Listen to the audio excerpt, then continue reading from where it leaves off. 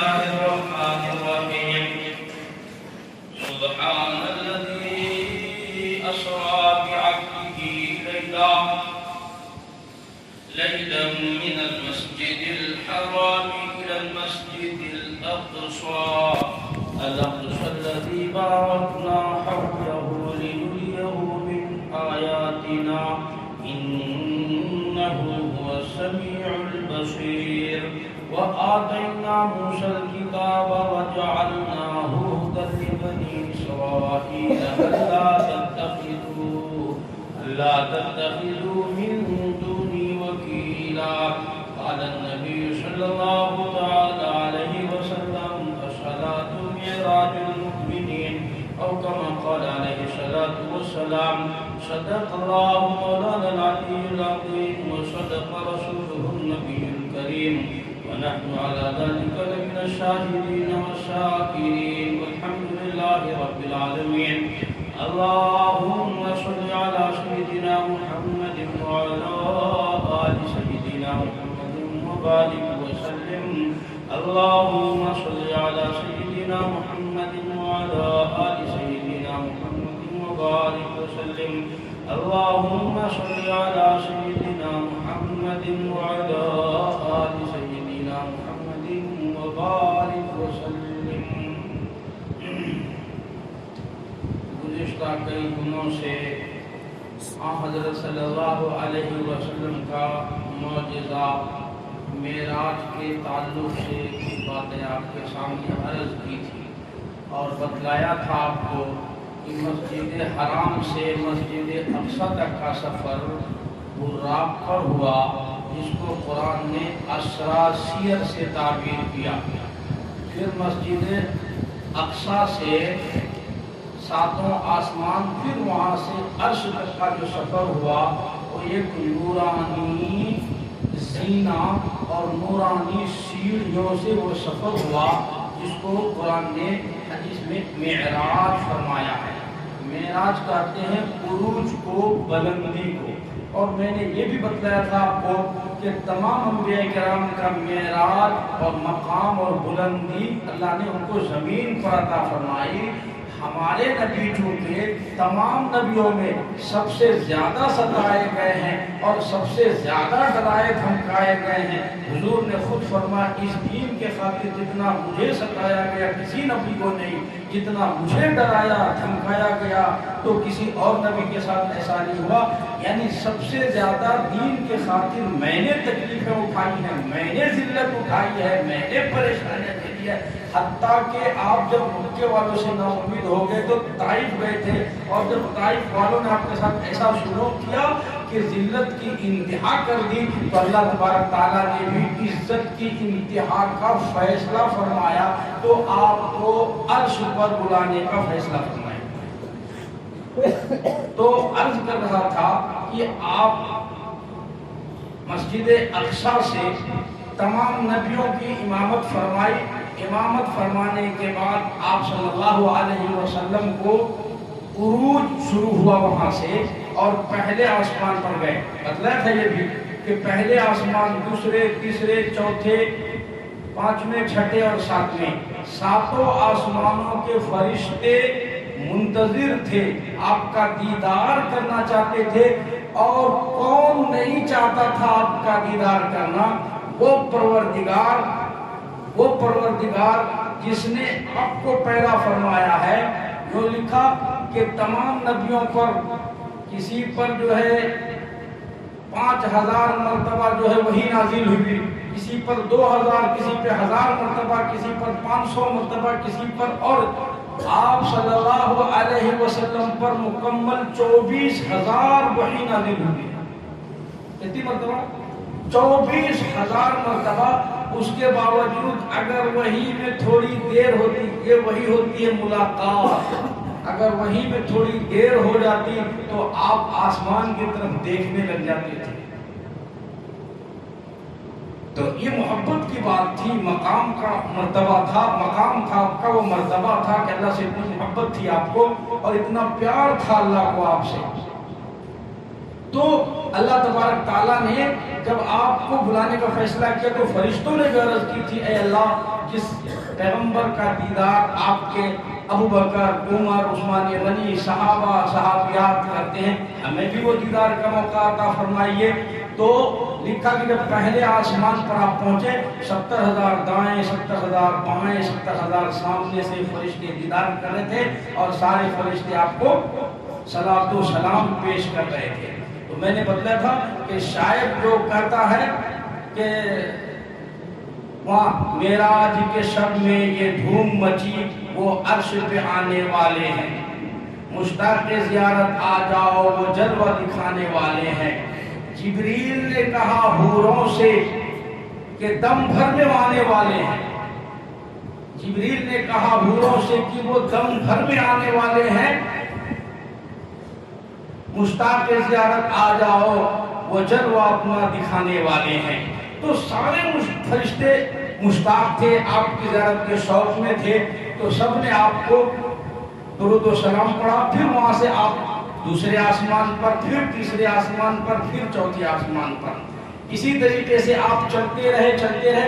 حضور فرماتے ہیں کہ جب 6-7 آسمان ہم نے گزار لیا تو آگے ایک جگہ آئی جس کو سدرۃ المنتہا کہتے ہیں۔ کیا کہتے ہیں اس کو؟ سدرۃ المنتہا۔ سدرۃ المنتہا اس جگہ کو کہا جاتا ہے جب یہاں نیچے سے کوئی چیز جاتی ہے تو وہ جگہ اس کی منتہا ہو جاتی ہے، وہ جگہ اس کی آخری بارڈر، آخری مقام، وہاں پر جبریل کا بھی آخری مقام ہے، اس کے آگے جبریل کی بھی ہمت اور رسائی نہیں ہے، وہ جگہ ہے سدرۃ المنتہا۔ اور اس کے بعد سدرۃ المنتہا ادھر سے کوئی چیز نازل ہوتی ہے اللہ کے حکم سے تو وہ سدرۃ المنتہا میں آ کے انتہا ہو جاتی، وہاں سے بھی فرشتے آتے ہیں۔ اس وجہ سے اس جگہ کا نام سدرۃ المنتہا ہے۔ علماء نے لکھا کہ جبریل امین چونکہ ساتھ تھے اور قرآن نے کہا لِنُرِيَهُ مِنْ آیَاتِنَا، اس سفر میں ہم نے آپ کو اپنی نشانیاں دکھائی ہیں، بے شمار عجائبات آپ نے دیکھے۔ حضور فرماتے ہیں میں چلا، میں دیکھا ایک آدمی ہے، اس کے کلے فرشتے چیر رہے ہیں، ایک طرف سے چیر کر کے یہاں لاتے ہیں، اس کے بعد پھر دوسری طرف سے چیرتے کان کے لو سے یہاں حلق تک، تو جب دوسری طرف چیرنے لگ جاتے ہیں تو پہلی طرف کا پھر ٹھیک ہو جاتا ہے، پھر دوسری طرف، پھر پہلی طرف، یہ سلسلہ قیامت تک چلتا رہے گا۔ حضور نے پوچھا کہ جبریل یہ کیا مانا؟ جبریل نے بتایا یہ آپ کی امت کے چغل خور لوگ ہیں جو یہاں کی بات وہاں اور وہاں کی بات وہاں لگا کر کے آپس میں انتشار پھیلاتے ہیں، جھوٹے میسج پھیلاتے ہیں، جھوٹا ویڈیو بنا کے پھیلاتے ہیں، ملک کے اندر جو ہے خون خرابہ کرتے ہیں، ملک کے اندر افراتفری پھیلاتے ہیں اور غلط میسج، غلط ویڈیو، غلط پیغام شیئر کرتے ہیں۔ اسی لیے بعض لوگ بعض جھوٹی حدیثیں گڑھتے ہیں، جھوٹی روایتیں بیان کرتے ہیں، جھوٹے من گڑت خواب بیان کرتے ہیں اور لوگ دھڑلے اس کو شیئر کر دیتے ہیں۔ علماء نے لکھا قطعاً جائز نہیں ہے، قطعاً جائز نہیں ہے، بغیر تحقیق کیے آپ اس کو شیئر نہ کریں، تحقیق کریں، علماء کرام سے پوچھیں، معلومات کریں۔ تو فرمایا کہ اس گناہ کا عذاب ہے، فرشتے قیامت تک اس کے ساتھ یہ ظلم کریں گے۔ حضور فرماتے پھر ہم کچھ اور آگے چلے، ہم نے وہ ایک قوم دیکھی، مخلوق دیکھی، بہت سارے لوگ تھے، بہت سارے، اور وہ ایک گوشت نوچ نوچ کر کے کھا رہے تھے۔ حضور فرماتے ہیں کہ اس گوشت میں سے اتنی بدبو آ رہی تھی، اتنا سڑا ہوا گلا ہوا بدبودار گوشت تھا کہ اگر اس کا ایک ٹکڑا اللہ اس دنیا میں پھینک دے تو اس کی بدبو کی وجہ سے سارے لوگ بے ہوش ہو جائیں، اور وہ لوگ اس کو کھا رہے تھے۔ جبریل سے پوچھا جبریل یہ کیا ماجرا ہے؟ فرمایا یا رسول اللہ صلی اللہ علیہ وسلم آپ کے امت کے یہ زکات خور لوگ ہیں جو کسی نہ کسی ہیلے سے بہانے سے کسی نہ کسی وجہ سے وہ زکات کی مال خود ہڑپ کر لیتے کھا لیتے، کل قیامت تک اس کو اس عذاب میں مبتلا ہونا پڑے گا اور قیامت تک بھگتنا پڑے گا۔ یہ اب اپنی امت کو خبردار کر دینا، جس نے زکات کے 4 آنے کھائے، 4 آنے زکات کے، اپنی ماں سے 35 مرتبہ زنا کرنے کا گناہ اس کے نام اعمال میں ہوگا۔ اتنا بڑا گناہ اپنے سر پر امت کو کہو نہ لے۔ پھر حضور فرماتے ہیں ہمیں جو ہے جنت اور جہنم کی بھی سیر کرائی، جنت اور جہنم دکھائے۔ ہم جہنم میں گئے تو وہاں ایک بہت بڑا تنور ہم نے دیکھا، بہت بڑا تنور، اور وہاں پر آگ کی شعلیں لپٹ رہی تھی، اور اس آگ میں ننگے عورتیں مردیں تھیں، ننگی مرد ننگی عورتیں وہاں پر تھی۔ جب وہ آگ کا شعلہ اوپر آتا تو یہ لوگ بھی چیخ مار کر کے اوپر آتے، آگ کا شعلہ نیچے جاتا تو یہ لوگ نیچے آتے، اور بہت سخت عذاب میں یہ لوگ مبتلا تھے، بہت سخت عذاب میں مبتلا تھے۔ حضور نے پوچھا جبریل پھر یہ کون لوگ؟ فرمایا یہ آپ کے امت کے وہ زانی بدکار مرد اور بدکار عورتیں ہیں جنہوں نے بدکاری کی ہے، زنا کیا ہے، قیامت تک اس کو یہ عذاب بھگتنا پڑے گا۔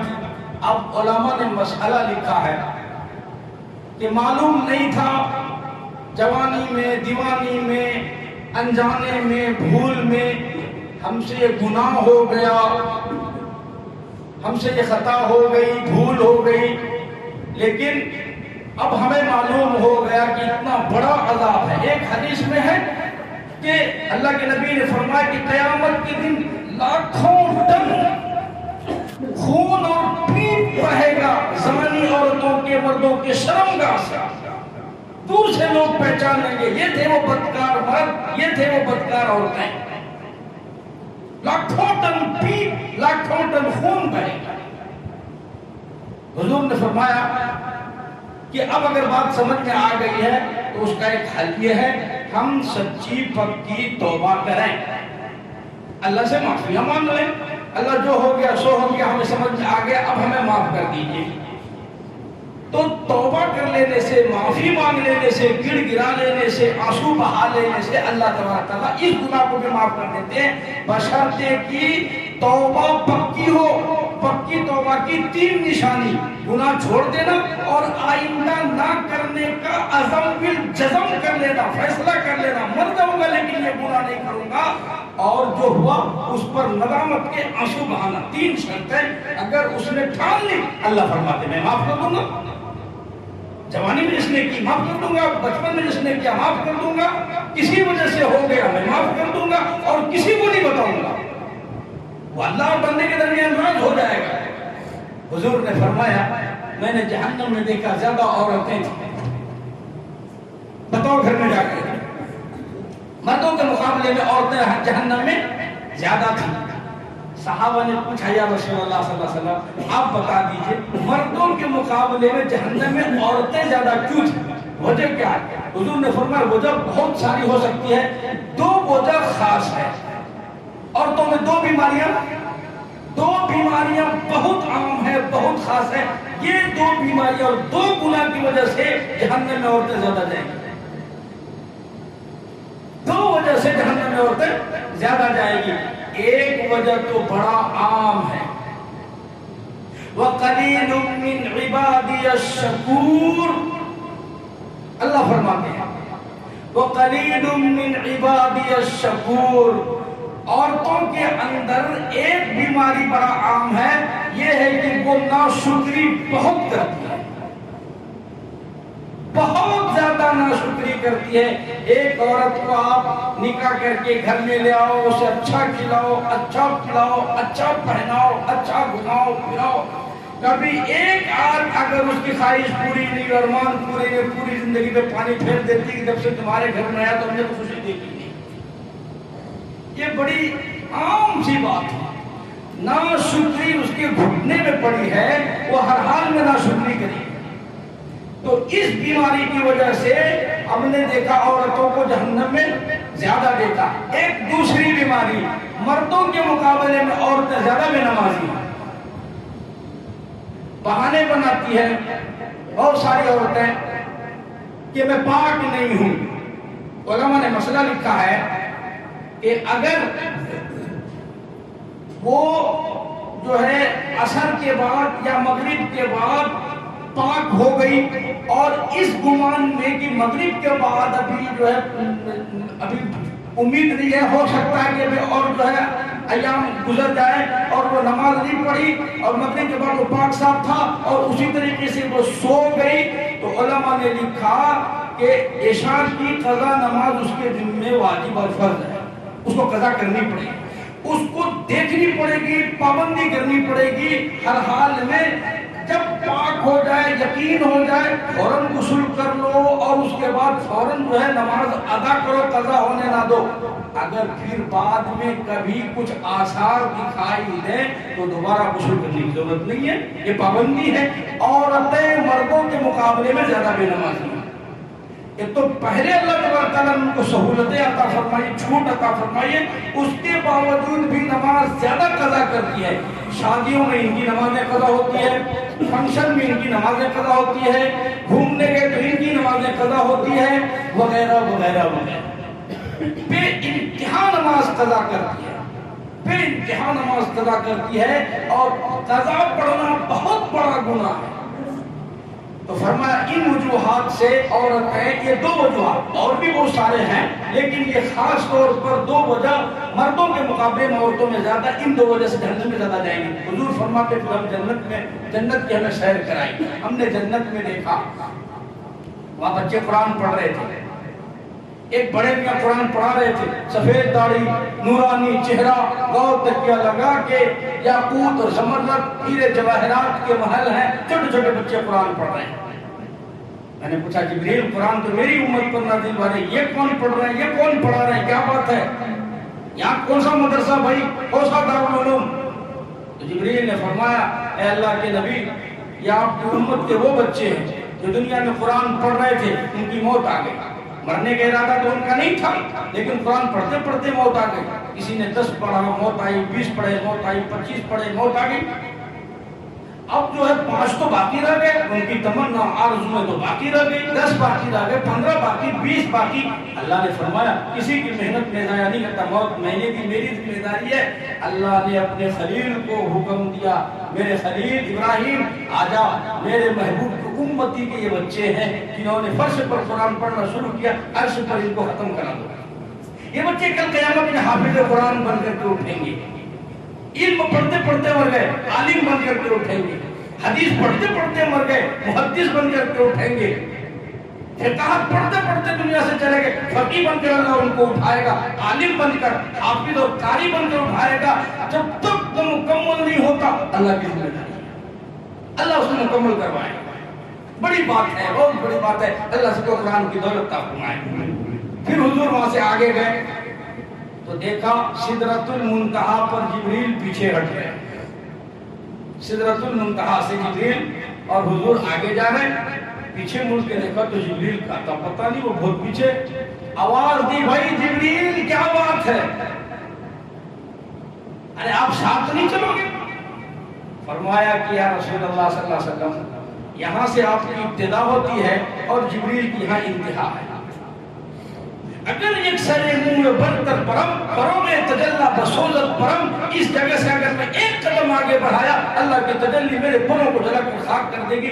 میری ہمت نہیں ہے کہ اس سے آگے جا سکوں، میری کیا کسی بھی فرشتے کی ضرورت نہیں، یہاں سے تو صرف آپ کا مقام ہے اور آپ کی محبوبیت ہے. چلے گئے اللہ کے نبی عرش پر، اللہ تبارک تعالیٰ نے بلایا تو آپ اپنا جوتا مبارک اتارنے لگے. یاد تھا کہ موسیٰ علیہ السلام نے کوہ طور پر چڑھا تو اللہ نے کہا فخلا نالے، اے موسیٰ اپنا جوتا اتار لیجیے، انک بالوادی المقدس طویٰ، یہ بڑا مقدس جگہ ہے، یہ بڑا بابرکت اور مقدس جگہ ہے، یہاں اللہ کی تجلی اتری ہے نا کوہ طور پر، بالوادی المقدس طویٰ. تو آپ اپنا جوتا اور نالین اتار لیجیے، ننگے پاؤں آئیے یہاں. تو حضور کو پتا تھا پہلے سے آپ جوتا اتارنا چاہیں. آپ نے فرمایا کہ اے محمد آپ اپنا جوتا پہن کر کے تشریف لائیں، آپ اپنا جوتے کے ساتھ تشریف لائیں۔ اندازہ لگائیں کس نبی کے ہم امتی ہیں۔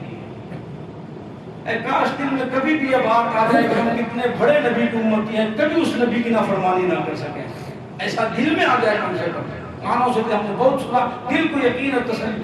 آج بڑی کمپنی میں ہمیں جاب لگ گیا تو کمپنی ایک بات نہیں ڈالتے، بہت بڑی کمپنی اور بہت بڑی سیلری ہے میری، ایک دن ناغا نہیں کرتا بچہ، ایک دن جو ہے مس نہیں کرے گا، بہت بڑی کمپنی، بہت بڑی تنخواہ ہے میری۔ جتنے بڑے نبی کو امتی ہیں، اللہ نے کیسا مقام عطا فرمایا، آپ جوتے کے ساتھ تشریف لائیں۔ قرآن کہتا ہے کہ آپ وہاں اللہ سے جب ملاقات آپ کی ہوئی تو حضرت موسیٰ علیہ السلام کی ملاقات 70,000 پردوں میں ہوئی تھی۔ موسیٰ علیہ السلام کی ملاقات کو ہے طور پر جب ضد کی کہ اے میرے اللہ لن ترانی، میں آپ کو دیکھنا چاہتا ہوں، تو اللہ نے فرمایا لن ترانی، آپ نہیں دیکھ سکتے۔ تو پھر ضد کی اے اللہ میں دیکھنا چاہتا ہوں، آپ دکھا دیجئے۔ تو اللہ تبارک تعالیٰ نے اپنی تجلی اس پر ڈالی 70,000 پردوں میں، اور اس کے بعد موسیٰ علیہ السلام نے 70,000 پردوں سے جو دیکھا تو بے ہوش ہو گئے تھے۔ اللہ تبارک تعالیٰ نے سارے پردوں کو ہٹا دیا۔ لا تدرکہ الابصار وہو یدرک الابصار وہو اللطیف الخبیر۔ کوئی آنکھ اللہ کو نہیں دیکھ سکتی، لا تدرک الابصار وہو یدرک الابصار، لیکن جب اللہ دکھانا چاہے تو کوئی نہیں روک سکتا۔ اس بنا پر حضور کی معراج کے واقعات میں بے شمار اختلافات ہیں۔ بعض محدثین فرماتے کوئی دیکھ ہی نہیں سکتا، تو ان لوگوں سے یہ کہا جاتا ہے کہ بھائی جس دنیا کی بات چیت ہو رہی ہے، قرآن نے جس دنیا کا تذکرہ کیا، کیا اس دنیا کا نظام اس دنیا کے ماتحت ہے؟ اگر اس دنیا کے ماتحت ہے تو حضور نے فرمایا ام ہانی کی کنڈی ہل رہی تھی، پانی کا وضو اسی طریقے سے کھڑا تھا، ہم جو ہے چند فاصلے میں گئے پھر واپس آ گئے، تو پھر سارا معاملہ جھوٹ ہو جاتا ہے، سارا قرآن جھوٹ ہو جاتا ہے، پھر کوئی بات قابل اعتبار نہیں رہتی ہے۔ فرمایا سبحان الذی اسریٰ بعبدہ، پاک ہے اللہ ہر قسم کے عیب سے، کمزوری سے،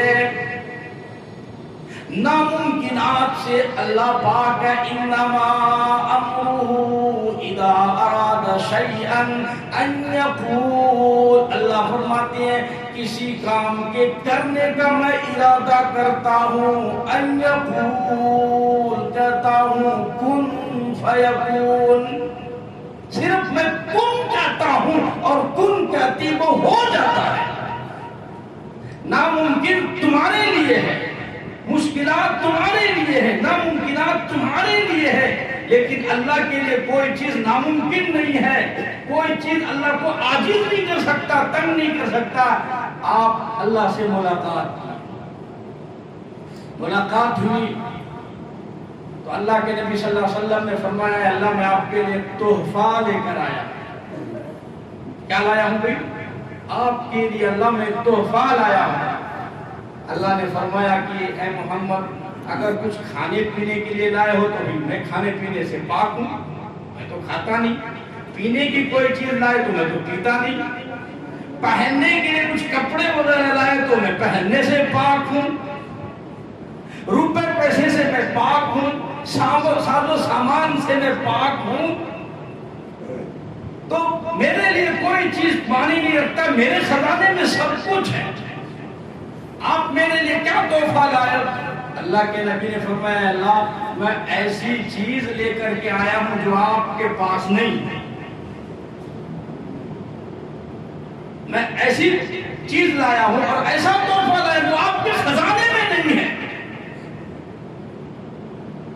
الہ العالمین، ٹھیک ہے آپ زمین و آسمان کے مالک ہو، وَلِلَّهِ مُلْكُ السَّمَاوَاتِ وَالْأَرْضِ، زمین آپ کی، آسمان آپ کا، زمین کی تمام مخلوقات آپ کے قبضے قدرت میں ہے، آسمان کے تمام مخلوقات آپ کے قبضے قدرت میں ہے، سارا نظام آپ کے ماتحت ہے۔ بدیع السماوات والارض، زمین و آسمان کے مالک آپ ہے۔ للہ ملک السماوات والارض، الہ العالمین، آپ بڑے بے نیاز ہو، آپ بادشاہ ہو، آپ قادر مطلق ہو، آپ بدیع السماوات والارض ہو۔ الہ العالمین ایسی چیز لایا ہو جو آپ کے خزانے میں نہیں۔ فرمایا الہ العالمین آپ تمام چیزوں سے بے نیاز ہو، میں آپ کے دربار میں نیاز مندی لے کر کے آیا ہوں، عاجزی لے کر آیا ہوں۔ عاجزی آپ کے پاس نہیں ہے، عجز نہیں ہے، نیاز مندی نہیں ہے، آپ کے پاس کمزوری نہیں ہے، بے کسی، بے بسی، لاچاری آپ کے خزانے میں نہیں ہے۔ میں بندہ ہوں آپ کا، میں نیاز مندی لے کر کے آیا ہوں۔ التحیات للہ والصلوات والطیبات، اللہ ہر قسم کی عاجزی، ہر قسم کی عبادت، جو کچھ ہو سکتا ہے، جن طریقوں سے ہو سکتا ہے، جو راستہ ہوگا، چاہے مالی عبادت ہو، بدنی عبادت ہو، جنم کی عبادت ہو، اور کسی طریقے کی کوئی عبادت ہو، یہ جتنی عاجزی ہے، نیاز مندی ہے، رکوع ہے، سجدہ ہے، جھکنا ہے، رونا ہے، گڑگڑانا ہے، مانگنا ہے، جو کچھ بھی ہے، یہ عاجزی، ان کی ساری نیاز مندی، اللہ میں سب کچھ التحیات للہ، سب کچھ میں نے آپ کے لیے لے کر کے آیا ہوں۔ آج سے سب کچھ آپ کی مدد کروں گا اور کسی کی۔ اللہ نے فرمایا میری طرف سے بھی آپ 3 انعام لے کر کے جاؤ۔ التحیات للہ والصلوات والطیبات۔ پہلا انعام السلام علیکہ ایھا النبی، آپ پر میری سلامتی ہو، آپ پر میری سلامتی ہو، آپ پر سلام ہو۔ السلام علیکہ اے نبی، اے نبی آپ تو میرا سلام ہو، میری سلامتی ورحمت اللہ، اور میری تمام رحمتیں آپ کے لیے ہو، وہ برکات ہو، اور تمام برکتیں آپ کے لیے۔ اللہ کے نبی کو سلامتی مل گئی، رحمتیں مل گئی، برکتیں مل گئی، تحفے مل رہے ہیں، اللہ کی طرف سے ہدیے مل رہے ہیں۔ آپ نے عاجزی، ان کی ساری بے بسی، بے کسی، عبادت سارا اللہ کے لیے دیا، نیاز مندی آپ کے لیے، اللہ نے آپ کو سارا نواز دیا۔ کون ہوگا ایسا پیغمبر، کون ایسا پیغمبر ہوگا جو اتنے اونچے مقام پر اپنی امت کو یاد کرتا ہو؟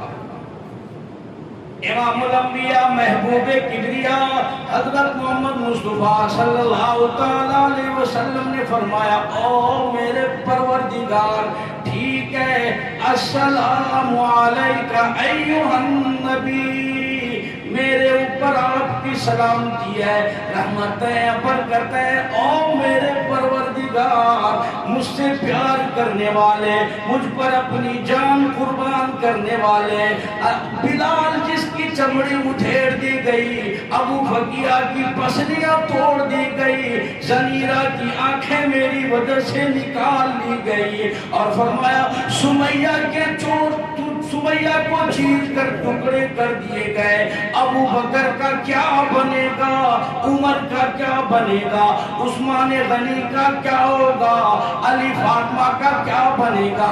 او میرے پروردگار، مجھ پر سلامتی ہے، مجھ پر اللہ کی رحمت ہے، برکت ہے، میری امتی کا کیا حال ہوگا؟ اللہ پاک نے وعدہ فرما لیا، جاؤ جاؤ اپنی امت کو جا کر میرا پیغام سنا دو، السلام علینا وعلی عباد اللہ الصالحین۔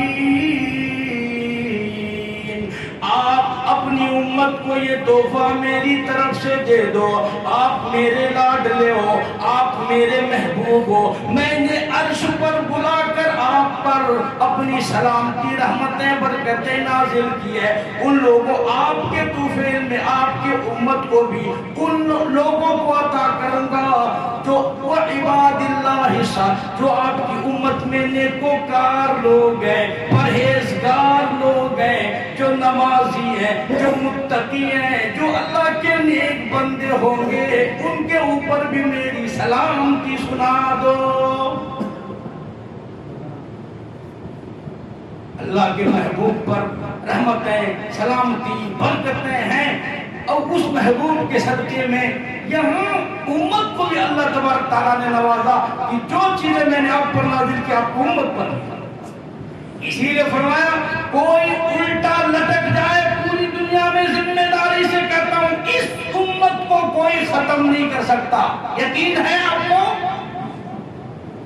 کوئی الٹا لٹک جائے، پارٹی بنا لے، قتل عام کرے، آگ میں جھونک دے، جلا دے، جو چاہے وہ کر لے، یورپ اور امریکہ اور ایشیا اکٹھی ہو جائے، اس امت کو ختم کرنا چاہے، رب کعبہ کی قسم ذمہ داری سے کہتا ہوں کوئی ختم نہیں کر سکتا۔ شرط یہ ہے اللہ کے بندے بنو پہلے۔ السلام علینا، میں اس امت کو سلامت رکھوں گا قیامت تک، جب تک قیامت نہیں آ جاتی کوئی مائی کا لال ان کو ختم نہیں کر سکتا۔ آج مشورے ہو رہے ہیں، پارٹیاں بن رہی ہیں، اس امت کو الٹ پلٹ کرنے کی اسکیمیں تیار ہو رہی ہے۔ بھروسہ رکھو اللہ کے نبی نے عرش پر اپنے محبوب سے وعدہ کیا، اگر یہ مٹنا ہوتا تو تاتاری مٹا کر کے ختم کر دیتے۔ تاتاریوں کی حکومت تھی، 7 لاکھ مسلمانوں کو تاتاریوں نے اپنی تلوار سے تھیتے کر دیا، بغداد میں خون کی ندیاں بہائیں، ایک بندہ بغداد میں کوئی مسلمان دکھائی نہیں دیتا۔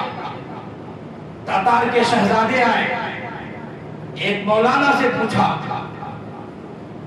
دیکھا کچھ لوگ گھیرے میں، کون ہے؟ ایک عالم ہے، پکڑ کے لاؤ اسے دربار میں۔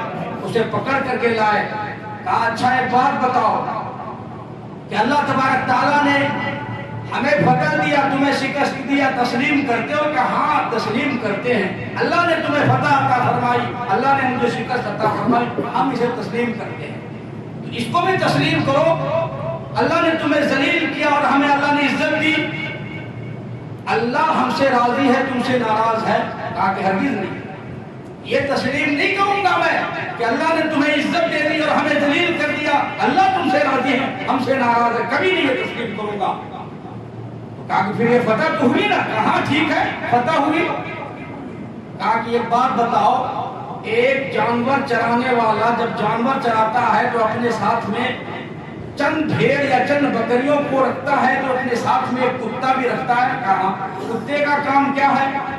کہا کہ جو بکریاں ریوڑ سے بھاگ جاتی ہیں، مالک بلاتا ہے تو وہ نہیں آتا، گھاس کے لالچ میں، پانی کے لالچ میں، آزادی کے لالچ میں، پتہ نہیں کن کن لالچوں میں وہ ریوڑ سے اور مالک کی نگاہ سے دور چلا جاتا ہے، مالک آواز دیتا وہ نہیں آتا، تو ریوڑ کا مالک کیا کرتا ہے؟ تو شہزادہ کہنے لگا پھر وہ اپنے کتے کو چھوڑ دیتا ہے، پھر اپنے کتے کو چھوڑ۔ کہا کہ اچھا کتا کب تک اس کا پیچھا کرتا؟ کہا جب تک وہ واپس ریوڑ میں نہ آ جائے، جب تک وہ مالک کے قبضے میں نہ آ جائے، جب تک وہ مالک کے احاطے میں نہ آ جائے، مالک کی گرفت میں نہ آ جائے، اس وقت تک وہ کتے اس کو بھگاتے ہیں، کتے اس کو ستاتے ہیں، کتے اس کو اوپر بھونکتے ہیں۔ فرمایا کہ دیکھو آج مسلمان بھی اللہ کے حکموں سے دور بھاگ گیا مسجد سے، تم کو اللہ نے کتا بنا کے ان کے پیچھے چھوڑا ہے، ان کا پیچھا کرو، ان کو مارو، ان کو توڑو، گولیوں میں آگ لگا کے جلا کر کے ان کو خاک کر دو، گھروں سے اٹھاؤ، ان کو کوڑے لگاؤ، مارو پیٹو۔ کب تک؟ جب تک یہ ساری قوم مسجد آباد کرنے والی نہیں بن جاتی، جب تک یہ ساری قوم اللہ کو ماننے والی، ایک اللہ پر بھروسہ کرنے والی، اپنے گناہوں سے سچی پکی توبہ کر کے اللہ کو گھر کو جس طریقے سے جمعے میں یہ گھر مسجد آباد ہے، اسی طریقے سے 5 نمازوں کو جب تک یہ امت آباد کرنے والی نہیں ہو جاتی، اس وقت تک ان کو مارو، پیچھا کرو، گولیاں مارو، کوڑے مارو، گولیوں میں جلا دو، گھروں کو مسمار کر دو، زلزلے